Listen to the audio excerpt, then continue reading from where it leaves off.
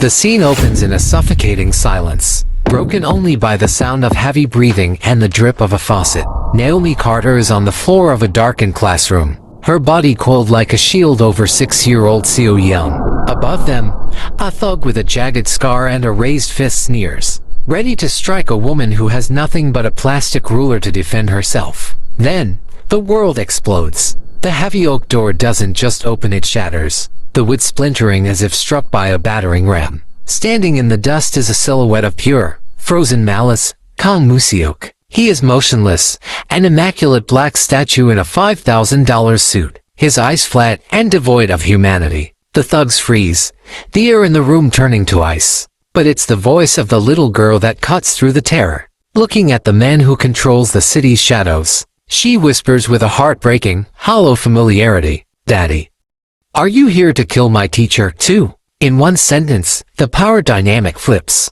This isn't just a rescue, it's a revelation. The thugs, who moments ago were predators, are now sobbing. One of them literally loses control of his bladder, the sound of his knees hitting the floor echoing in the silence. They know who the man with the scarred eyebrow is. They know they are already dead. But then comes the unthinkable reversal.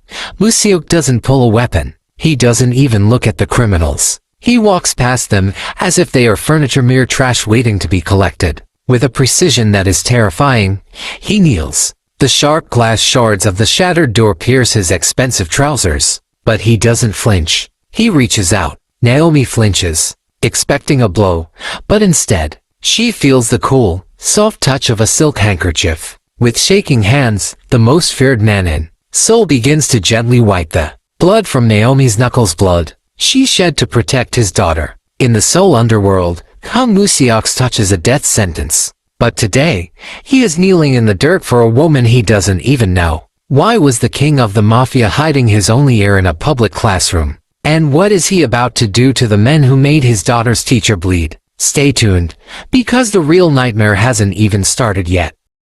If you haven't already, please hit the subscribe button and turn on notifications so you don't miss any of our dramatic love stories. Comment below and let's continue with this journey.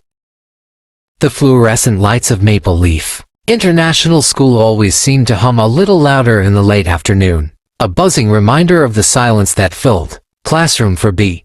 Naomi Carter stood at the chalkboard, the chalk dust clinging to her dark skin like a fine mist. As she watched the sun dip behind the Seoul skyline, the other children had long since been whisked away in black luxury SUVs or by chattering nannies. But seat for B remained occupied. Han Seo-yeon didn't fidget. She didn't draw on the desk or sneak candy from her bag. She simply sat, her small hands folded perfectly over a notebook that remained blank, her eyes fixed on the door with the patient, hollow stare of a soldier awaiting orders. To the other teachers, Seo-yeon was the ghost girl, the child who never spoke, never cried, and never caused trouble. But to Naomi, the silence felt like a scream for help that no one was willing to hear. "Seo-yeon, honey," Naomi said softly, kneeling beside the small wooden desk. "The drawing of the garden we did today, would you like to take your crayons home? You can finish the flowers there." The little girl didn't turn her head. Her gaze remained locked on the hallway.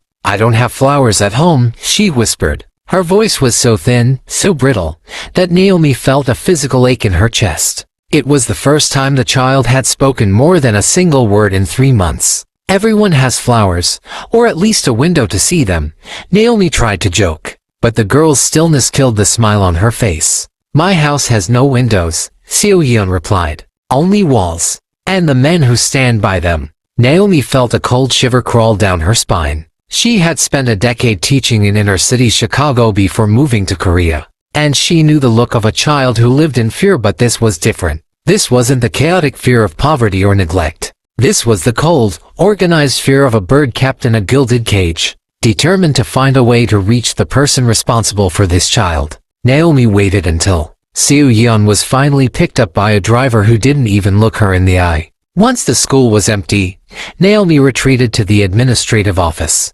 pulling the heavy manila folder labeled Han Seo-yeon. She flipped past the health records and the tuition receipts all paid in, and traceable cash orders, and reached the emergency contact page. There was no mother listed, no aunts, no uncles, just a single name, Manager K and a 10-digit phone number. Naomi picked up the office landline and dialed. The line didn't ring. Instead, there was a series of rapid electronic clicks, the kind that sounded like a signal being rerouted across multiple servers. Then, a voice that sounded like grinding stones answered. "State your clearance code." Naomi froze, the receiver slick in her palm. I'm calling from Maple Leaf International. I'm Seo-Yeon's teacher, Naomi Carter. I'm calling because she hasn't been feeling well and this is a restricted government frequency."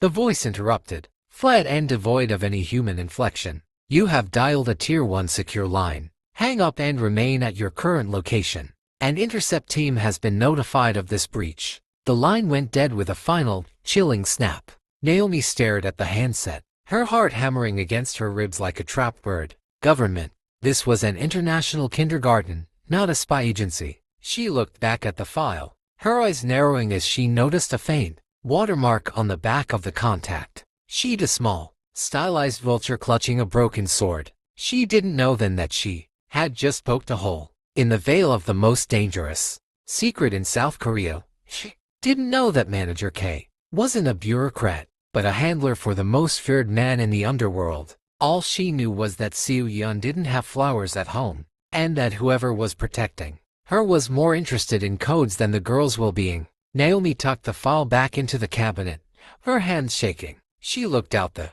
window and saw a black sedan idling at the school gates, a car that hadn't been there 10 minutes ago. The tinted glass reflected nothing but the cold streetlights. She realized then that Seo-Yeon wasn't just a quiet student. She was a ghost being guarded by monsters. And Naomi, a teacher whose only weapon was her stubborn heart, had just walked right into their sights. She grabbed her coat, her mind racing. She thought of Seo-Yeon's small, pale hand gripping her sleeve earlier that day. "Daddy, are you here to kill my teacher, too?" The memory of the girl's later words in the classroom tragedy felt like a prophecy. As Naomi walked toward the exit, the air felt heavier, thicker, as if the school itself was being watched. She realized that by trying to find Seo-Yeon's father, she hadn't just opened a file. She had opened a door to a world where emergency contacts didn't call the police. They called for an executioner. The cold dampness of the Seoul autumn seemed to seep through the school's brickwork, turning the morning air into a thick, gray veil. Naomi arrived at the gates earlier than usual, her sleep having been fractured by the memory of those electronic clicks on the phone line and the flat, dead voice of the man who had called her. Breach, she told herself. She was being paranoid. She was a teacher, an expat, a woman whose life was measured in lesson plans and sticker charts. People like her didn't get caught in the gears of government conspiracies. But the moment she reached the heavy oak doors of the main entrance, her breath hitched in her throat. There, carved into the wood at eye level, was a symbol. It wasn't graffiti, it was too precise, too intentional for a bored teenager. It was a crude, jagged depiction of a vulture with its wings spread, its talons clutching a broken blade. It had been drawn in a substance that looked like red wax. But as Naomi reached out a trembling finger to touch it, the copper tang of blood hit her nose. The mark of the vulture. The symbol wasn't just a drawing. It was a brand. It pulsed with a silent, predatory energy that made the hair on her arms stand up. Naomi looked around the deserted courtyard, the playground equipment standing like skeletal remains in the fog. Usually, the school felt like a sanctuary, a bright bubble of safety in a foreign land. Now, it felt like a trap. "Miss Carter." Naomi jumped, nearly dropping her bag. It was the school's evening security guard, a man who usually spent his shifts dozing in a small booth. Today, however, his face was the color of ash. He was staring at the door, his eyes wide with a recognition that bordered on worshipful terror. "Don't touch it," he whispered, his voice cracking. "Go inside. Lock the doors. Don't let anyone in." "What is this?" Naomi demanded, her voice rising with a frantic edge. "Who put this here?" "I saw this watermark in Seo-Yeon's file." The guard didn't answer. He simply turned and walked away, his pace quickening until he was almost running toward the employee exit. He wasn't going to raise the alarm. He was abandoning his post. He knew that when the vulture marked the house, the only thing left for the neighbors to do was look away and wait for the screaming to start. Naomi rushed inside, the silence of the empty hallways suddenly feeling claustrophobic. She hurried to her classroom, her mind racing. She remembered the government, frequency and the intercept team. If the vultures were looking for Seo Yeon, they weren't looking for a child to ransom. They were looking for a way to hurt the man who owned the girl. They were looking for a weakness. She went to the window and looked down at the street. The black sedan from the night before was gone, replaced by 3 men in mismatched cheap suits standing across the street. They weren't hiding. They were leaning against a lamppost, smoking and staring directly at her second-floor window. One of them looked up, caught her eye, and slowly tapped his watch. They were waiting for the school day to begin. They were waiting for the collateral to arrive. Naomi realized with a sickening jolt that Seo Yeon wasn't just being followed. She was being hunted. And the school, her classroom, the place with the colorful alphabet posters and the jars of glitter, was no longer a place of learning. It was the kill zone. She looked at seat 4B, the small wooden chair waiting for its silent occupant. She could call the police, but the guard's reaction told her everything she needed to know in this city. Some marks were too deep for the law to touch. She could call the school board, but they would only see a liability, not a child. Naomi's hands shook as she grabbed a heavy metal stapler from her desk and shoved it into her pocket, a pathetic, desperate weapon against the storm that was coming. She wasn't just a teacher anymore. She was the only person who knew that a target had been painted on a -1-year-old girl's back. And as the first school bus pulled into the driveway, Naomi stood at the door, her heart a drumbeat of war, knowing that the vultures were circling, and the feast was about to begin. The sky over Seoul didn't just turn gray. It bruised, a deep, sickly purple that swallowed the afternoon sun hours before its time. A freak autumn storm rolled in with a violence that sent the school's administration into a panic, triggering an early dismissal for the safety of the students. Within an hour, the bustling hallways of Maple Leaf International had emptied, leaving only the echoing drip of the rain against the glass and the hum of the emergency lights. But seat 4B remained occupied. The black sedan that usually came for Seo Yeon was nowhere to be found. Trapped behind a mudslide on the winding roads of Pyeongchang-dong, Naomi sat at her desk, her eyes darting from the window to the small girl who was coloring a single square of her notebook with obsessive, dark strokes. The school was a tomb. The principal had left 20 minutes ago, assuming Naomi would wait with the child until the government handlers arrived. Then, the heavy front doors of the school didn't just open, they groaned, the sound of iron scraping against stone echoing up the stairwell. Naomi didn't wait to investigate. She moved with a sudden, sharp instinct, grabbing Seo Yeon's hand. The girl didn't flinch. She simply stood, her small fingers cold as ice as Naomi led her toward the back of the classroom. Seo Yeon, listen to me, Naomi whispered, her voice tight and low. We're going to play a game. The silent game, remember. We have to be very, very still. The girl looked up, her big eyes reflecting the flickering fluorescent light. The men with the broken swords are here, aren't they? Naomi's breath hitched. She didn't answer. She opened the small supply closet at the back of the room, shoving aside boxes of tissue and spare napmats. In here. Go all the way to the back and don't come out until you hear only my voice. Not the principal's, not the guards, only mine. As she clicked the closet door shut, the heavy thud of boots reached the second-floor landing. There were 3 of them. They didn't look like the disciplined, shadow-dwelling bodyguards Naomi imagined the government would send. These men were leaner, hungrier. They wore cheap leather jackets and moved with a jagged, nervous energy. The leader, a man with a jagged scar running through a tattoo of a vulture on his neck, stepped into the classroom, his wet boots leaving muddy, red-tinged smears on the linoleum. Where is the package, teacher? He asked. His voice was a rasp, the sound of a blade being sharpened. Naomi stood in front of the supply closet, her legs trembling so violently she had to lean against a desk to stay upright. She didn't have her stapler. She had nothing but the sheer weight of her own body. The students have all been evacuated. You shouldn't be here. This is a school. The man laughed, a dry, hacking sound. He didn't look for money. He didn't glance at the high-end tablets or the expensive equipment. He walked toward Naomi, his eyes scanning the room with the practiced gaze of a scavenger. We don't want your electronics, American, he spat, leaning into her space. The smell of cheap cigarettes and old rain rolled off him in waves. We want the ghost. We want the only thing in this world that makes Tom Musiak's heart beat. You see, the boss thinks he can hide his weakness in a room full of cranes and finger paint. He thinks a black woman and a wooden door are enough to keep us out. I don't know who that is, Naomi lied,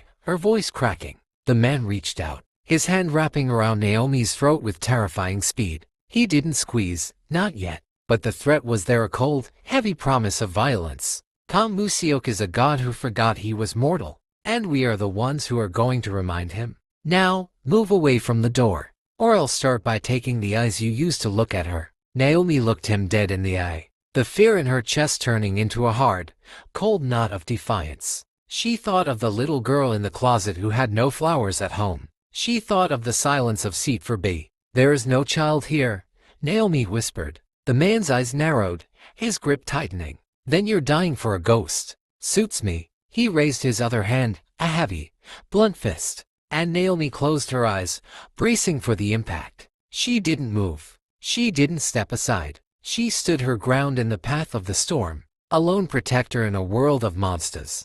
The blow landed with a sickening, wet thud. Naomi's head snapped back, the world spinning into a kaleidoscope of dancing sparks and blurred shadows. She collapsed against the supply closet door, the rough wood grazing her shoulder as she slumped to the floor. Her lips split instantly, the metallic tang of blood filling her mouth. But as she tasted the salt and copper, her only thought was of the hollow space beneath her feet. Minutes earlier, as the heavy boots had thundered up the stairs, Naomi had realized the closet was too obvious. With a frantic strength she didn't know she possessed, she had pried up the loose floorboard. Behind her desk, a quirk of the old building's architecture she had discovered while looking for a lost marble weeks ago. She had tucked Seo Yeon into the narrow, dusty crawl space, whispering a final, desperate plea for silence. The girl had nodded, her eyes wide and dark as obsidian, before the wood was lowered back into place. I'll ask you one last time, teacher. The man with the vulture tattoo hissed, towering over her. He grabbed a handful of her hair, forcing her to look up. Where is the girl? We know she didn't leave. The perimeter was ours. Naomi spat a mouthful of blood onto his expensive, mud-caked boots. I told you, she wheezed, her voice thick and ragged. She's gone. Her father picked her up. You missed him. The man's face contorted into a mask of pure, ugly rage. He didn't use his fist this time. He backhanded her with the ringed hand he had used to choke her, the heavy gold band cutting a jagged line across her cheekbone. Naomi's vision flickered. She felt the warmth of her own blood spilling down her face, soaking into the collar of her soft, cream-colored sweater. It was a sweater meant for storytime and comforting scraped knees, not for a slaughterhouse. Search the room, the leader barked at his two companions. Rip it apart. Check the vents, the cabinets, the ceilings. Naomi watched through a haze of pain as the other two thugs began their desecration. They overturned the small wooden desks, the crash of splintering wood echoing like gunfire in the silent school. They tore the colorful alphabet posters from the walls, trampling them underfoot. One of them began kicking the supply closet door, the very door Naomi was currently leaning against. Every time a boot hit the wood behind her head, Naomi flinched, not for herself, but for the vibration it might send through the floorboards. She prayed to a god she hadn't spoken to in years that Seo Yeon was holding her breath. She prayed that the dust wouldn't make the child sneeze. Nothing in the closet but napkins and glue. Boss, the younger thug shouted, stepping over Naomi's legs to toss a bin of Legos across the room. The plastic bricks skittered across the floor like hail, hundreds of them rattling over the very spot where Seo Yeon lay hidden. The leader grabbed Naomi by the throat again, lifting her until her toes barely touched the linoleum. You're lying. I can smell the fear on you. It's not the fear of a woman dying. It's the fear of a woman failing. He leaned in closer, his breath hot and foul against her ear. If I find her after you've made me waste my time, I won't just kill her. I'll make sure she watches what I do to you first. Naomi's lungs screamed for air, her hands clawing feebly at his iron grip. She looked past him at the door of the classroom, her consciousness beginning to fray at the edges. She was a teacher from Chicago who came to Seoul for a quiet life. She was a woman who loved poetry and the way the morning light hit the Han River. She was nobody. But as she felt the darkness closing in, she didn't feel like a nobody. She felt like a shield. Go ahead, she managed to choke out, a bloody, defiant grin breaking across her face. Kill me. But you're going home empty-handed. The man roared in frustration, pulling his arm back for a blow that looked intended to end the conversation permanently. Naomi closed her eyes, thinking of Seo Yin's quiet smile, bracing for the final darkness. She never felt the strike. Instead, a sound sliced through the room, a sound so sharp and final that it seemed to freeze the very molecules of the air. It wasn't a scream, and it wasn't a gunshot. It was the slow, rhythmic click of a lighter. The man's grip on Naomi's throat loosened. He turned, his bravado vanishing instantly, replaced by a primal, shaking terror. Naomi slumped to the floor, gasping for air, her blurred vision settling on the doorway. The storm outside was still raging, but as the figure stepped into the room, the wind seemed to stop. The rain seemed to hush. Kang Moo-seok stood there, a silhouette of immaculate, terrifying grace, the small flame of his lighter casting a demonic glow on the thin scar in his eyebrow. He didn't look at the thugs. He didn't look at the wreckage of the room. His eyes fell on Naomi, on her blooded face, her torn clothes, and the way she was still positioned, even in her collapse, over the hidden floorboard. "You touched the teacher," Moo-seok said. His voice was quiet, almost conversational, but it carried the weight of a falling mountain. "That was your second mistake." The leader of the vultures began to back away, his hands shaking so violently he dropped his knife. "Boss... We were just..." "Your first mistake," Moo-seok interrupted, stepping over a broken desk with the slow, prowling gait of a tiger, "was thinking I wouldn't hear my daughter's heart beating from the street." The air in the classroom didn't just grow cold. It became a vacuum, a hollow space where sound and hope went to die. Kang Moo-seok did not burst into the room with the frantic energy of a worried father or the righteous fury of a hero. He simply appeared, a shadow that had gained physical form, standing in the jagged frame of the doorway. The three men who had been dismantling the room a moment ago were suddenly paralyzed. It was as if their nervous systems had recognized a predator so high above them in the food chain that even the instinct to flee had been overridden by the instinct to play dead. The leader, still clutching a clump of Naomi's hair, let go as if her curls had turned into white hot wire. He stumbled back, his breath hitching in a series of wet, pathetic hitches. Moo-seok didn't look at them. He didn't look at the knives they held or the wreckage of the desks. His eyes were the most terrifying thing about him, not because they were burning with rage, but because they were entirely, glassily empty. There was no heat in his gaze, no spark of human emotion. He looked at the thugs the way a man looks at a swarm of gnats he is about to spray, with a clinical, detached boredom. 0.0 seconds, Moo-seok said quietly. His voice wasn't a growl. It was a soft, velvet blade. "That is the amount of time you have left to believe you will walk out of this building." The younger thug, the one who had kicked the Legos, made a sudden, desperate movement toward the window. He didn't even make it to steps. To shadows, Moo-seok's men, silent and identical in charcoal suits, materialized from the hallway behind him. There was no struggle, only a brief, muffled sound like a dry branch snapping, and the boy was gone, dragged into the darkness of the corridor without a word. The leader of the vultures fell to his knees. "Boss... Moo-seok and I am... We didn't know. The contract said the girl was unprotected. We were told the teacher was just an expat, and nobody." Moo-seok finally moved. He walked into the center of the room, his handmade Italian shoes clicking rhythmically against the linoleum. He stopped inches from Naomi, who was still slumped against the supply closet, her face a mask of blood and swelling. He didn't help her up. He didn't offer a hand. He simply looked down at her, his head tilted slightly to the side, observing the damage done to her as if studying a piece of broken art. "And nobody," Moo-seok repeated, the words tasting like ash. He turned his gaze back to the leader of the thugs. The man was sobbing now, great, heaving gasps that shook his entire frame. The mark of the vulture on his neck seemed to shrivel under Moo-seok's stare. "You looked at this woman," Moo-seok said, his voice dropping to a whisper that carried to every corner of the silent room.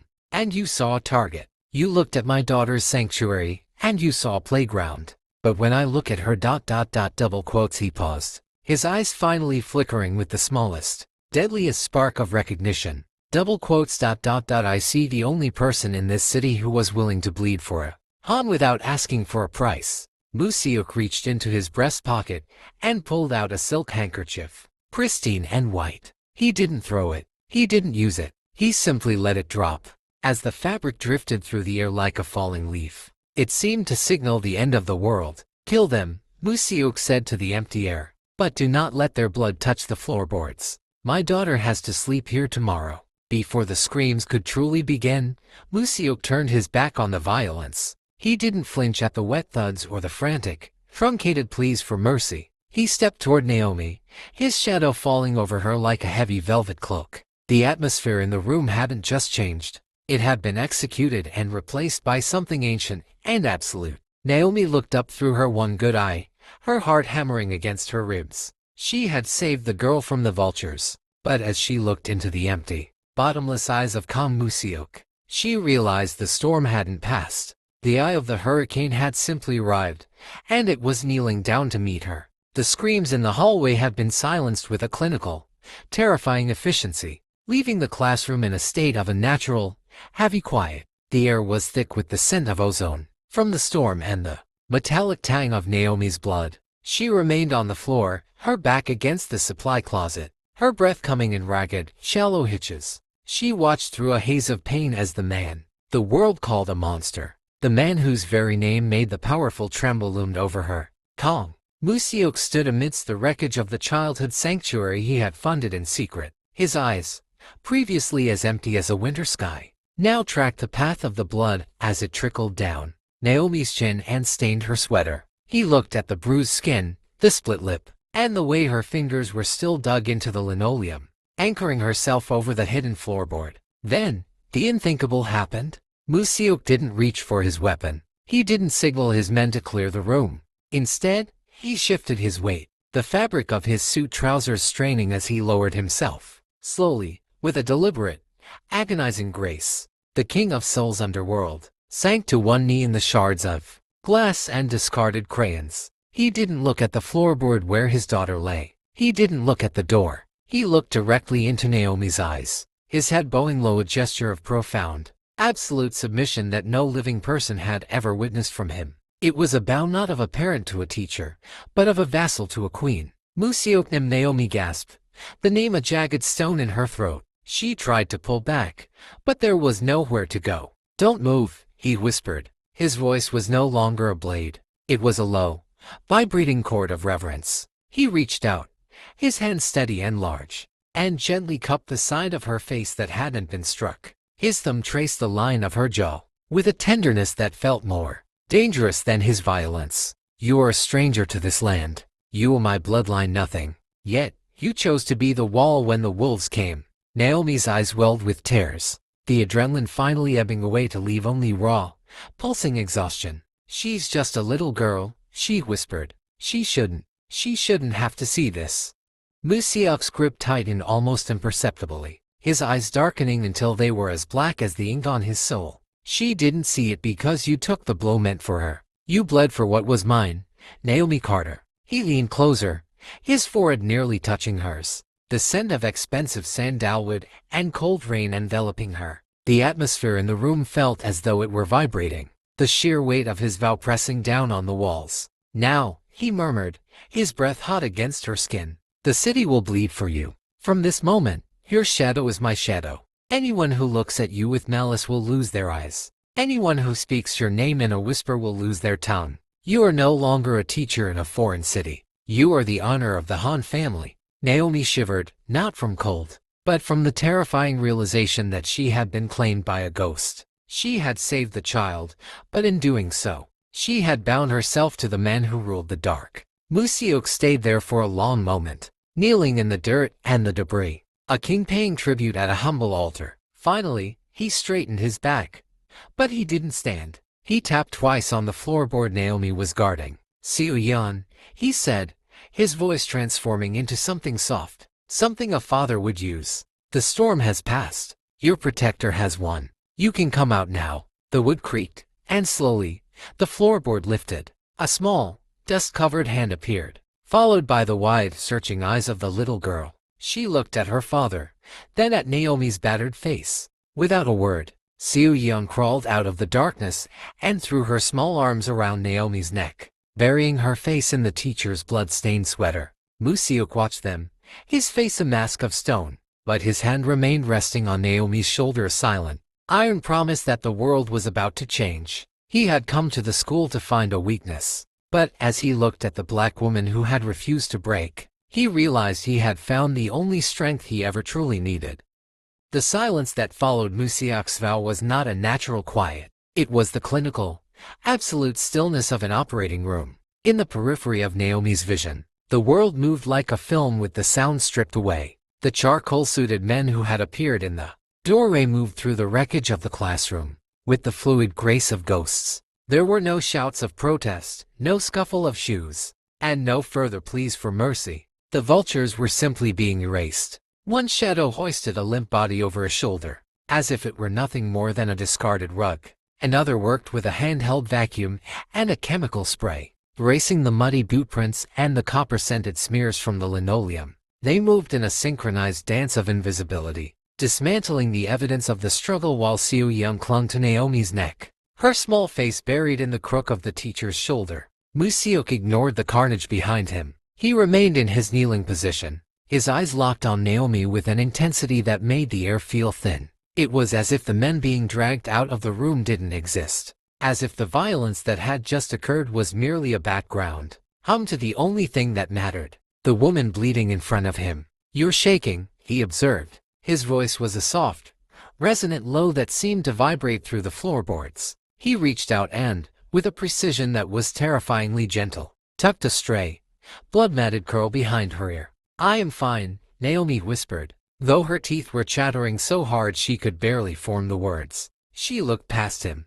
watching a man in a suit pick up a broken Lego, set with one hand while carrying a jagged knife in the other. "Focus on me, Naomi Carter," Museok commanded. The use of her full name felt like a spell, a tether pulling her back from the edge of a panic attack. He didn't ask her if she was scared. He didn't ask her about the men. He looked at the shattered vases on the windowsill and the trampled drawings on the wall. "Tell me," he said, his expression as calm as a mountain lake. "What are your favorite flowers?" Naomi blinked, the absurdity of the question nearly making her laugh. If her ribs hadn't hurt so much. "Flowers. Mu-seok-and-I-am.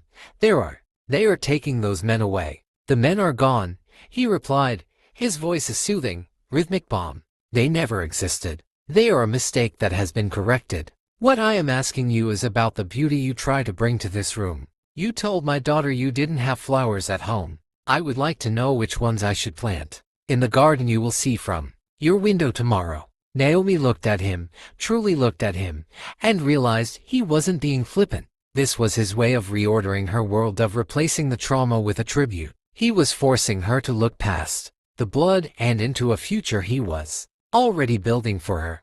"Sunflowers," she breathed, her voice barely audible over the hum of the rain. "And peonies. The white ones. My grandmother used to grow them back in Chicago." Museok nodded slowly, as if memorizing a sacred text. "Sunflowers for the light you keep. White peonies for the peace you deserve." He stood then, rising in one fluid motion, and offered his hand. It wasn't an invitation. It was an anchor. As Naomi took it, her fingers disappearing into his large, warm palm, she noticed the hallway behind him was empty. The broken glass had been swept. The blood was gone. Even the mark of the vulture on the door had been planed away by a silent worker with a wood shaver. In less than 10 minutes, they had turned a crime scene back into a classroom. "Come," Museok said, lifting Seo Yeon into one arm while keeping his other hand firmly on Naomi's waist to steady her. "The school is no longer a place for you tonight. You have done your duty. Now, let the city do theirs." As they walked down the pristine, quiet hallway, Naomi felt the shift. The school wasn't just a building anymore. With Museok at her side, it was a fortress. And as they stepped out into the cooling rain, she saw a dozen black sedans idling with their lights off. A silent army waiting for the command of the man who had just asked her about her favorite flowers. The morning didn't arrive with the usual harsh glare of the Seoul sun. Instead, it filtered through the floor-to-ceiling windows of a suite Naomi didn't recognize, softened by the sheer white curtains that swayed in a gentle breeze. When she opened her eyes, the first thing she saw were the flowers. Dozens of them. towering sunflowers that seemed to hold the sun in their petals, and white peonies so lush they looked like fallen clouds, arranged in heavy crystal vases that lined every flat surface of the room. The pain in her face had subsided to a dull, rhythmic throb, managed by a medical team that had arrived in the middle of the night, with the quiet efficiency of ghosts. But as Naomi rose from the silk sheets and looked into the mirror, she realized the physical healing was the least of the changes. She dressed in the clothes that had been laid out for her, soft cashmere and structured wool, far more expensive than anything a teacher's salary could afford, and stepped out onto the street. She expected the weight of the previous night to crush her, expected to feel the eyes of the city judging her bruised face. Instead, she found a reality that was far more unsettling. As she approached the crosswalk toward the school, a sleek black motorcycle skidded to a halt. The rider, a man with the jagged tattoos of a rival syndicate visible beneath his leather collar, began to bark and insult at the pedestrian in his way. But then, he looked at her. He saw the way she carried herself. Or perhaps he saw the silent, obsidian-tinted SUV crawling 20 paces behind her. The man's face didn't just pale, it emptied of blood. He killed his engine instantly. He stepped off the bike and dropped his head so low his chin touched his chest, standing in a frozen posture of terror-stricken respect until she had passed. It happened again at the coffee shop. The owner, a man known for his brusque attitude toward foreigners, refused her card, his hands shaking as he handed her a cup. He wouldn't even meet her eyes, bowing until his forehead nearly hit the counter. When she stepped back out onto the sidewalk, a group of men in sharp, dark suits, men who usually made the neighborhood hold its breath, parted like the Red Sea. They didn't just move. They pivoted, their hands snapping to their sides, their gazes fixed firmly on the pavement. Naomi felt a cold weight settle in her stomach. She wasn't just a teacher anymore. She was a living monument to a promise made by Kang Museok. In the brutal, coded language of the Korean underworld, she had become the saint of the shadows. To touch her was to invite the wrath of a god. To fail to honor her was to sign one's own death warrant. She reached the school gates and found the mark of the vulture, replaced by a small, discreet plaque made of polished silver. It bore no name, only the image of a single, blooming peony. The security guard who had abandoned her was gone, replaced by 4 men who stood with the relaxed, lethal posture of professional soldiers. They didn't ask for her ID, they simply bowed in unison, the fabric of their suits snapping in the wind. "Ms. Carter," a voice called out. Naomi turned to see the school principal standing on the steps. The woman looked as though she hadn't slept, her usual arrogance replaced by a frantic, wide-eyed deference. We have moved your classroom to the new wing. It has been fully renovated. Whatever you need, more staff, new materials, a private car, it has already been authorized." Naomi realized then the true price of her protection. She had wanted to save a child, but she had inherited a kingdom of fear. She walked down the hallway, her heels clicking against the new marble floors, and stopped at the door of her new room. Inside, the children were already playing, and in seat for B, Seo Yeon sat waiting. The little girl looked up, and for the first time, her eyes weren't searching for permission. She looked at Naomi and smiled, a real, radiant smile that reached her eyes. Outside the window, Naomi could see the silhouette of a man standing by a black sedan. He wasn't looking at the school. He was looking at the perimeter, his presence a silent iron wall between her and the rest of the world. Naomi touched the fading bruise on her cheek, realizing that she was no longer invisible. She was the only woman in the city who could walk through a den of lions and expect them to kneel. She was protected, she was honored, and she was utterly, terrifyingly untouchable.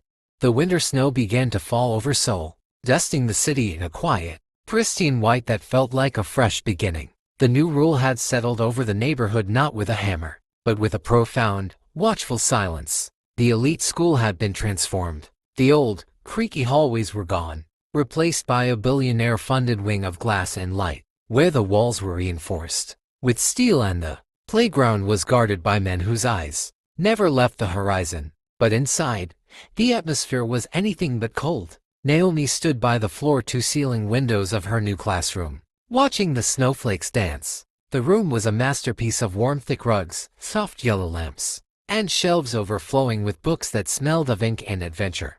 She was no longer the trembling woman who had stood in a dark supply closet with a plastic ruler. There was a new steadiness in her hands, a quiet authority in the way she moved. She had learned that power didn't always have to be a weapon. Sometimes, it was simply the space required for peace to grow. "Ms. Carter, look." The sound was like a bell. Naomi turned to see Seo Yeon standing by an easel, her apron covered in bright splashes of yellow and green. The ghost girl was gone. In her place was a child who took up space, who asked questions, and who most miraculously laughed. It was a clear, bubbling sound that seemed to chase away the last lingering shadows of the vultures. Seo Yeon had painted a garden, and this time, it was filled with sunflowers that reached toward a smiling sun. As the school day drew to a close, the familiar black sedan pulled up to the curb. There were no sirens, no shouting, no display of force. Just the quiet arrival of a man who had become the city's most silent guardian. Kang Moo-seok stepped out of the car. He wore a heavy wool overcoat that made him look like a dark pillar against the white snow. He didn't enter the school. He waited by the gate, respecting the boundary of the sanctuary Naomi had built. Since the night of the storm, they had rarely spoken, yet his presence was woven into the very fabric of her life. Every sunflower in her apartment, every silent bow from the shopkeepers, and every safe step she took was a word in a conversation they were still having. Naomi led Seo Yeon to the gate. The little girl didn't hesitate. She ran to her father, her boots crunching in the fresh snow. Moo-seok caught her, lifting her with an ease that masked his lethal strength. For a brief moment, the Mafia boss buried his face in his daughter's neck, breathing in the scent of cranes and safety. He looked up,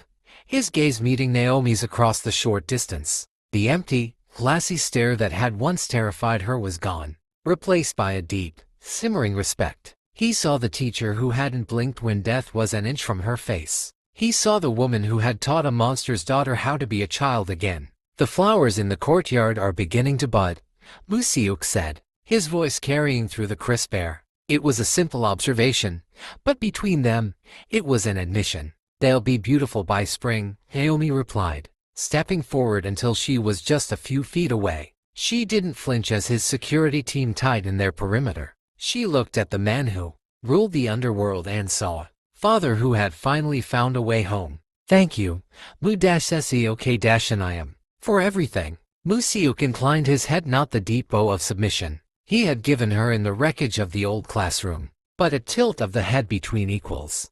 "I spent my life believing that fear was the only way to protect what I loved," he murmured, his eyes lingering on his laughing daughter. "I was wrong. Fear only builds a cage. You built a world." He reached into his pocket and handed Seo Yeon a small, wrapped gift, but his eyes never left Naomi's. "The city is quiet now," he added softly. "They know the new rule. They know that the Saint of the Shadows is watching." Naomi watched as they got into the car, the tail lights disappearing into the swirling snow. She stood alone for a moment in the twilight, a black woman in a city that used to feel foreign, now feeling more at home than she ever had in Chicago. She realized then that the unthinkable hadn't been the Mafia boss kneeling, or the thugs being erased, or the billionaire funding. The unthinkable was that in a world of bullets and blood, the strongest thing in Seoul was a kindergarten teacher who refused to blink. The world believes that power is found in the barrel of a gun or the weight of a billion-dollar empire, but Kang Moo-seok's submission proves that the most dangerous person in the room isn't the one who can take a life, it's the one who is willing to die to protect one. Naomi Carter destroyed the Mafia's hierarchy without firing a single shot. She simply stood in a doorway and refused to move. Her defiance exposed a truth that the underworld feared, that a nobody with a soul is more terrifying than a somebody with a weapon. When a monster meets a saint who doesn't blink, the monster doesn't just lose the fight, he loses his purpose. In the end, this is a lesson about the price of a debt of honor. Moo-seok didn't protect Naomi out of kindness. He did it because she shamed him with her courage. He realized that while his wealth could build walls, it could never build a sanctuary. The story warns us that you can rule a city through fear, but you can only save your soul through someone else's sacrifice. Naomi didn't just save a little girl. She forced a king to realize that his crown was worthless compared to the blood on a teacher's sweater. The new rule is simple: evil is a storm, but a mother's heart is the anchor that outlasts it. If you enjoyed the video, Hit the like button and let me know your thoughts in the comments. Your feedback truly matters and helps shape future content. Thank you for watching, and I'll see you in the next video.